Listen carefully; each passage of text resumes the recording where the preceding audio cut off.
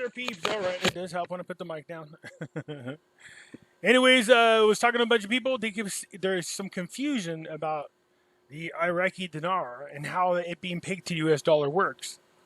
I says, well, if they didn't get bastardized by the fractional banking like the rest of us, they'd probably be okay. Many of you don't probably know this, but this was to be released in 2016. These are the lower denomination notes. But as you can see right there, it says Iraq's IQD 2016. Presently not released from tight monetary controls, Iraq is under siege by the cabal's IMF preventing international exchange. So here's my thing. I told you the IMF and the World Bank are all up in Iraq's business, and somebody said, no, they have nothing to do with it. Yeah, yes, they do. It was an agreement that Iraq made with the IMF and the World Bank. Well, I shouldn't say they agreed. They were forced into is more like it. This is the one thing that I was talking about when Dr. Shabibi said, hey, you know, these policies that they wanted us to use are really good in controlling inflation, but it really devalues the dollar. It doesn't allow for the economical growth of Iraq. Well, that's what they wanted, was a devalued currency so the globalists can come in there and create companies and pay the labor force with a cheaper dollar. We'll talk about it. But if you don't want that to happen to you, then you should buy gold and silver. When you do, go think of our friends over there at Money Metals Exchange. The link is down below in the description.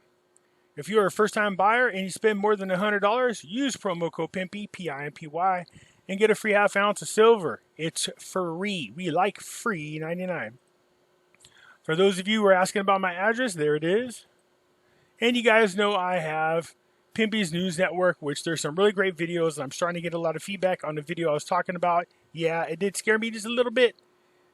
But I'm asking for that doctor to be interviewed. They are sending another one to talk to me. So I'm looking forward to this because I want to know more about what they're saying. For those of you who are interested, we have Pimpy's Investment Chat. It's the same name as the YouTube channel. Over here, we do talk about gold, silver, cryptocurrencies, as well as foreign currency investments. It's free to join. The link is down below. So not a whole lot is going into the news at the moment. Basically, Al-Qademi is running around. He's doing a tour. He's over in Rome, Italy, visiting with the clone known as the Pope, talking about the same things, how they can do business together, how they can do trade, how they can increase security, all the fun-loving things that we enjoy that they talk about, which is important. This helps develop the growth of the economy of Iraq. And you know the whole story I told you about how this cycle works. Stronger economy leads to a stronger increase in the value of the dinar. Speaking of, a slight decrease in the exchange rate of the dollar. In other words, another positive step forward for the Iraqi dinar. Going up in really super, super tiny baby steps, but at least it's going in the right direction. At this pace, we should be able to get our $3 rate by the year 3021. Sorry, couldn't resist. It is moving slow, but it's still moving in the positive direction. It beats going slow in the opposite direction. All right, so this is good news. It's still going in the right direction. We love it, and let's hope it continues to go that way. So there you go. The Al-Qademi meets with the clone known as the Pope. Of course, they talk about the same things. What they could do to fight the extremists. Making sure that the Christians and other religions are safe there. Making sure they do what they can to fight off ISIS. It should have been an easy task because Obama was out of office. Nobody there to fund them and train them. So, the same stuff back forth as what they do when they meet with the other countries. So, again, there's not a whole lot in here at the moment other than the fact that Al-Qademi is whiz-womming around over in Europe, which is good. So, let's get into this part right here because I was talking about how Iraq was being suicided by J.P. Morgan when they got over there. Of course, they were agreed to there was a bank that was agreed to put together their central bank. Don't you get it? I'm going to explain to you how the peg dollar works and why. It's just a matter of time before they're released. So it says, what a euphemism called fractional reserve banking. It's obvious fraud. It's obvious crime. But its very definition, it transformed the banking sector of an economy into a leveraged Ponzi scheme. And as of with all Ponzi schemes, there is no possible happy ending. Mathematically based principles are often illustrated best through use of an extreme numerical example. We have no need to construct any hypothetical extreme. However, when we are already have real life insanity in our own monetary regulatory framework, just look at what's going on here in this country. So here's what happened. Back in 2003, JP Morgan was granted the rights to effectively set up the central bank because Iraq didn't have one. Notice there's going to be a pattern. Watch when back in these days, which country didn't have a central bank magically are the ones we went to war with. JP Morgan Chase was chosen by a coalition of provisional authorities to set up the new Central Bank of Iraq, specifically the Trade Bank of Iraq. Take note how this trade bank only became operational in December of 2003. Trade Finance, the Trade Bank of Iraq, was established in July of 2003 to facilitate trade of goods and services to and from Iraq by providing irrevocable letters of credit. You love how they do that? Irrevocable. The trade bank officially became fully operational in December 2003 and has a service contract with a multi-international banking consortium led by JP Morgan. In other words, they were forced into an agreement to deal with the globalists. Since opening in December, the Trade Bank of Iraq has issued or has pending 183 letters of credit, totaling $708 million in imports from 31 countries. How convenient. Letters of credit have been issued on behalf of Iraq's ministries as well as several state-owned enterprises. I like how they said this. Letters of credit have been issued on their behalf. In a capacity, Morgan was charged with developing the framework of collateralizing movable and immovable property for the nation of Iraq. In other words, they're setting the values on collateral. The fact is that one of the largest derivative facilitators, aka paper promissory notes, aka fractional digital banking scheme in the world, is one of the principal architects of the Trade Bank of Iraq. Plus, it is also well known that JP Morgan has direct connections to the Rothschild banking dynasty. Okay? Of course they do. That's what they do with all the banks in the countries in which we invade. Anyways, this was supposed to be the currency came out in 2016, except for the IMF had too tight of monetary control over the IMF, or I should say the IQD. Remember I was telling you Dr. Shabibi sat down during the Paris Agreement and they were like, hey, yeah, this all looks good. You're going to forgive our debt. Dr. Shabibi's like, hell no, we're not doing this. No. It's not worth it. If we are forced to implement the policies and procedures set by the IMF and World Bank, it does really good at holding down inflation conveniently, but it does nothing to grow the economy of Iraq. Of course not. What it does is by devaluing the IQD, this allows you to pay for labor at a cheaper price. Think profitabilities. Here it is important to note that in order to conceal the fraud, crime, and insanity of our present system to the greatest degree possible, the bankers hide their dirty deeds within their own convoluted jargon. Thus, presenting a fractional reserve banking to readers requires some brief investment in time and definitions of terms, stating with this term itself. Fractional reserve banking evolved literally based upon the temptation of all bankers to perpetrate fraud. Empirically, it has always been observed down through the centuries that under normal circumstances, only a tiny percentage of depositors will come to claim the cash wealth at any one time. Therefore, they can get away with fractional banking, basically robbing you of your wealth and giving it to the powers that be. Thus, the temptation is for bankers to lend more funds than they had actually possessed.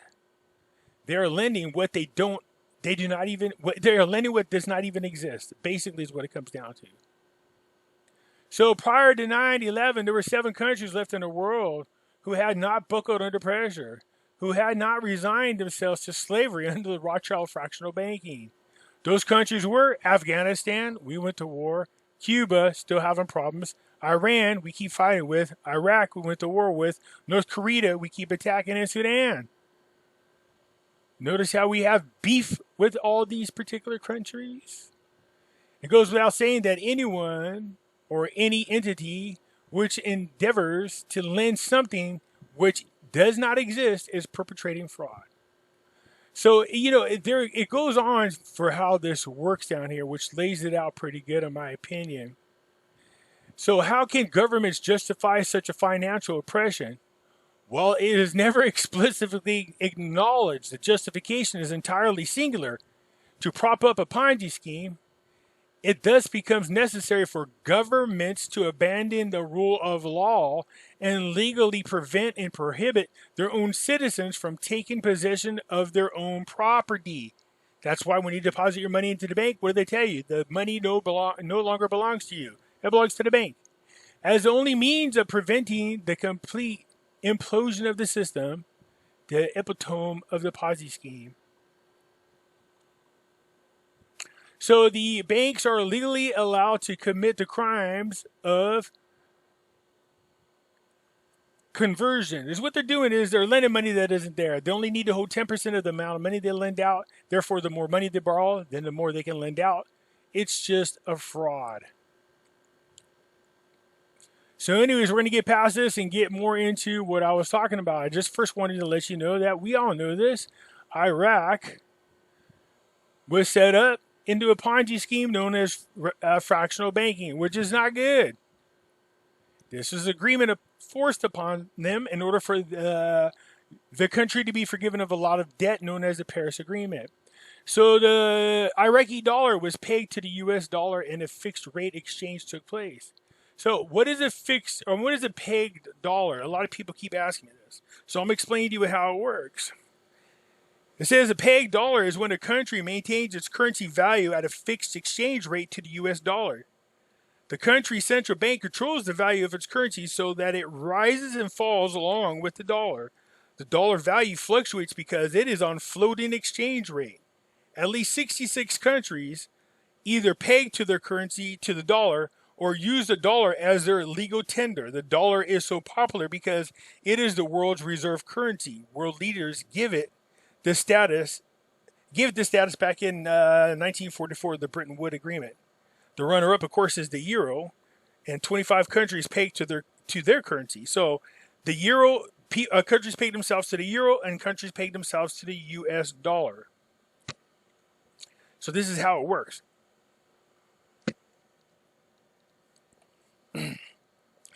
The dollar peg uses a fixed exchange rate, which is what Iraq did. They fixed it. At one time was at 1,190 Iraqi dinars for every $1 US.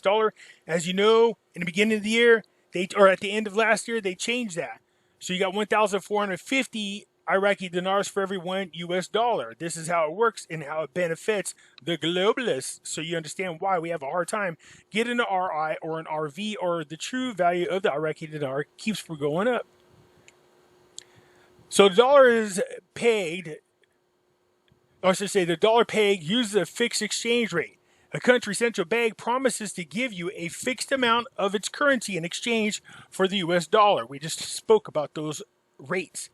The country must have a lot of its dollars on hand to maintain this peg.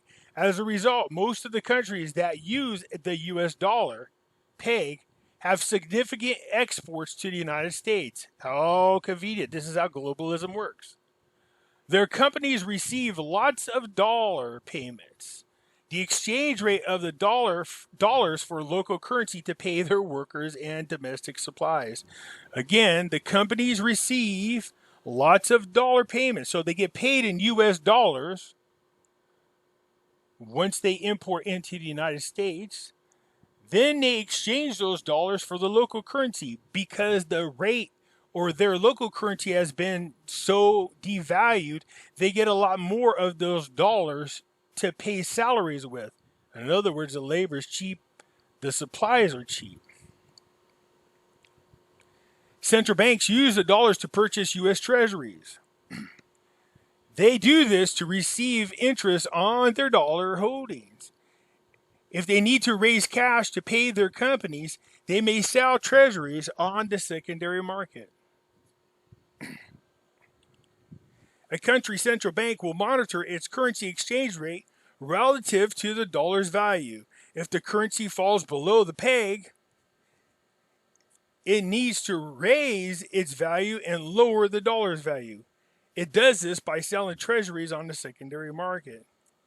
This gives the bank cash to purchase local currency.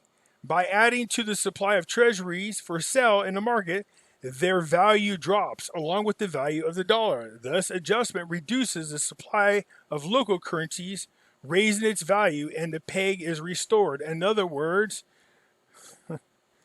by adding supplies of the treasuries for sale in the market, the value of the US dollar drops and their local currencies increase.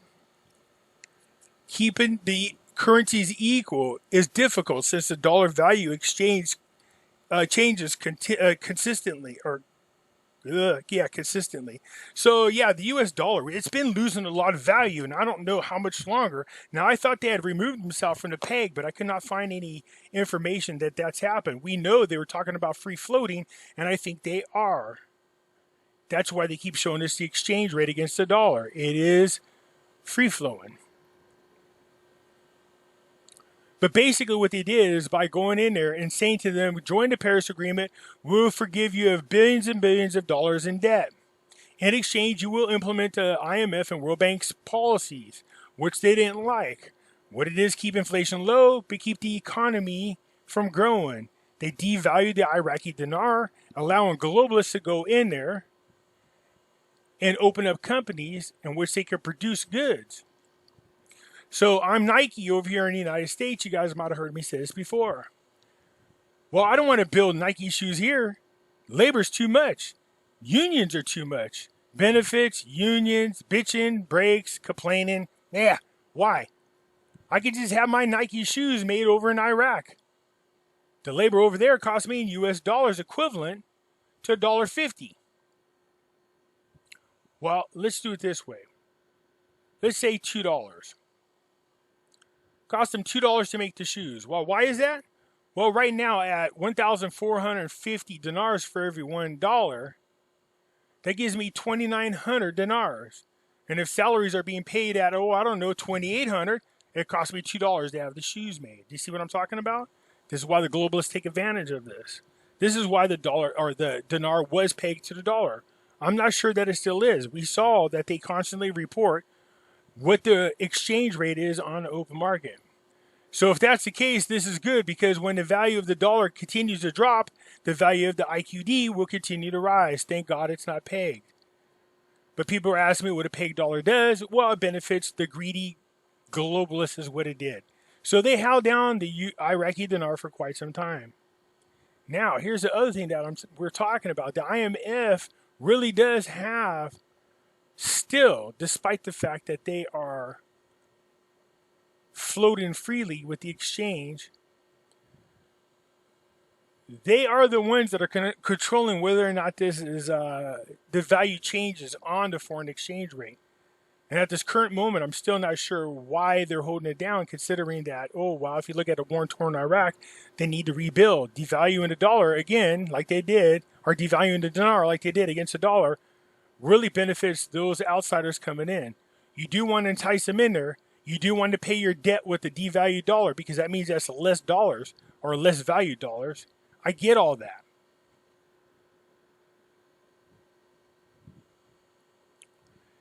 But this was only supposed to happen for a few years, and then they were going to jump up to a rate of, I think, $1.17 for a few months or a year, and then turn around and increase it again and do it in increments to see what kind of effect it would have on the economy.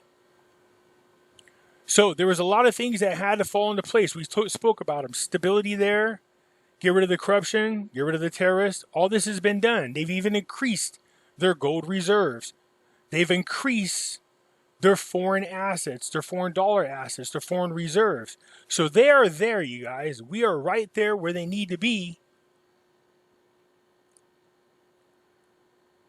So, with the surplus in the budget, paying off making sure there's no deficit, them rebuilding the private sectors, I don't know. It's just a matter of time. Really, it is. And I don't mean like a long time. I mean short time. If they could keep up this pace right now, it's going to happen shortly. Don't ask me when. I don't do dates and I don't do rates. I did plenty of videos showing you what the United Council on Foreign Affairs has spoke about, what the United Nations has said the real rate is of the IQD, and that it'll be reinstated at 322. I did all those things. But I told you, we don't have to wait for an RI or an RV. We just got to pay attention to what's going on in the economy. The fact that the Iraqi dinar is now free of the US dollar peg should allow it to flow properly. At least it's moving in the right direction. Especially with the US dollar devaluing, just like I spoke about. You can expect eventually it's going to start going up in pretty good increments. Anyways, I wanted to share this with you guys because people are asking what the peg dollar does. It really just benefits the globalists. I know that everybody, economists, will come out and go, no, that's not what it does. But yeah, that's what it does. It makes the labor force cheaper so outside investors can come in and pay less money to have something produced. So, that's it for now, you guys. I hope that was helpful. Let me know what you think. Hit the thumbs up button. If you're not a subscriber, please do so. Because when you do, it helps out the channel. And I surely do appreciate this. This is from 2016. That was just about half a decade ago. That's when they originally were about to make the rate change, was 2016. Look at these lower denominations. Well, you can't hand out these lower denominations at the current rate of exchange. Why is that? They hold no value. None whatsoever. They would be worthless. The only way that you could put out these currencies, and you can see in the back, we got the current, we have the thousands, we have the 25,000s, the 500s, what is this, 25s, the 10s, the 5s. The only way you can start using those lower denominations is to do what? Yes, increase the value of the Iraqi dinar so that the lower denominations have value. So they're about to do it, and then the doo-doo hit the fan. We know ISIS came in there and kind of ruined our plans. So if they got there close enough one time before, I'm pretty sure they can get there again. So keep the faith. We'll see what happens. That's it for now. I'm out.